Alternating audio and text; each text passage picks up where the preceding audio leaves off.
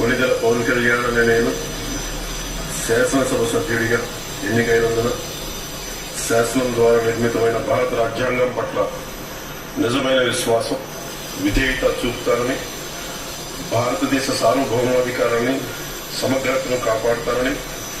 నేను స్వీకరించబోయే కర్తవ్యాన్ని శ్రద్ధాశక్తులతో నిర్వహిస్తానని దైవ సాక్షిగా ప్రమాణం చేస్తాను.